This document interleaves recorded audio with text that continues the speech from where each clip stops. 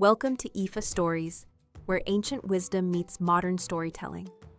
Step into the sacred world of Ifa, the Yoruba spiritual system, where every tale carries the power of divination, destiny, and deep cultural insight. Join us as we unravel the mysteries of the Orishas, the divine forces guiding our paths, Orunmila, the Erin moles, and many more. Each story is a bridge between the past and the present, weaving timeless lessons that inspire, enlighten, and transform. Embrace the wisdom, honor the tradition, and journey with us into the heart of Ifa. Subscribe now and let the stories guide you. To explore full Yoruba stories, Ifa teachings, and ancestral wisdom, visit our website, www.ifastories.com. Step into the sacred path for more resources and information. Divination was performed for gérùn, the most beautiful bird of the heavens, and for Ìgún, the vulture. Story: Ologbon, soro, ologbon. Ufa, yeye, soro, aye. Adafa, fun, gérùn, abu, fun, Ìgún. The sage reveres wisdom, the fox perfects the hunt.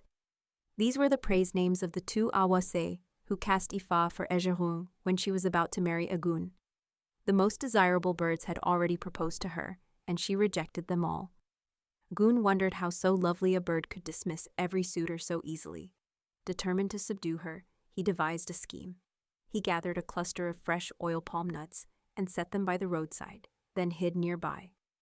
Gérùn, who could never resist such fruit, was returning from the marketplace when she noticed the tempting palm nuts. Unable to curb her desire, she collected as many as she could carry. Just as she was about to depart, Ìgún emerged and accused her of theft, an offense punishable by death. She begged for mercy, he refused. She offered any amount of money as compensation, he still refused.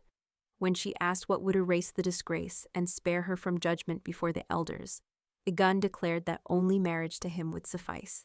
Reluctantly, she agreed, and Ìgún insisted she follow him home at once. The proud, indomitable gérùn, who had spurned so many handsome admirers, now found herself the unwilling wife of the ugly vulture. Ashamed, she endured many sleepless nights before seeking Orunmila's counsel. Runmila instructed her to sacrifice 2 roosters. One was to be placed at a crossroads, and she herself must hide nearby to watch over it. Meanwhile, Ìgún had gone foraging.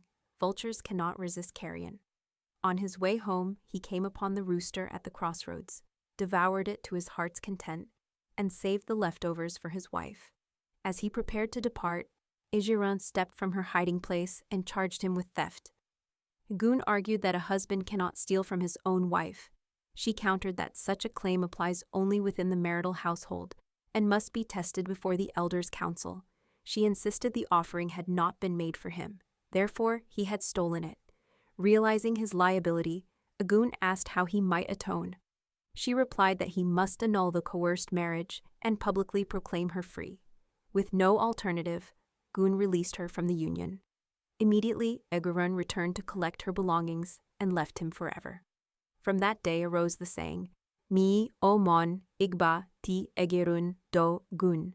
Meyi o mon igba ti gérùn ko Ìgún. No one knew when gérùn wed the vulture, nor when she cast him off. Ifa teaching. When this Odù appears in divination, the client is told that he or she may be forced into an unwanted union. However, if the prescribed ebo sacrifice is performed, the marriage will not endure.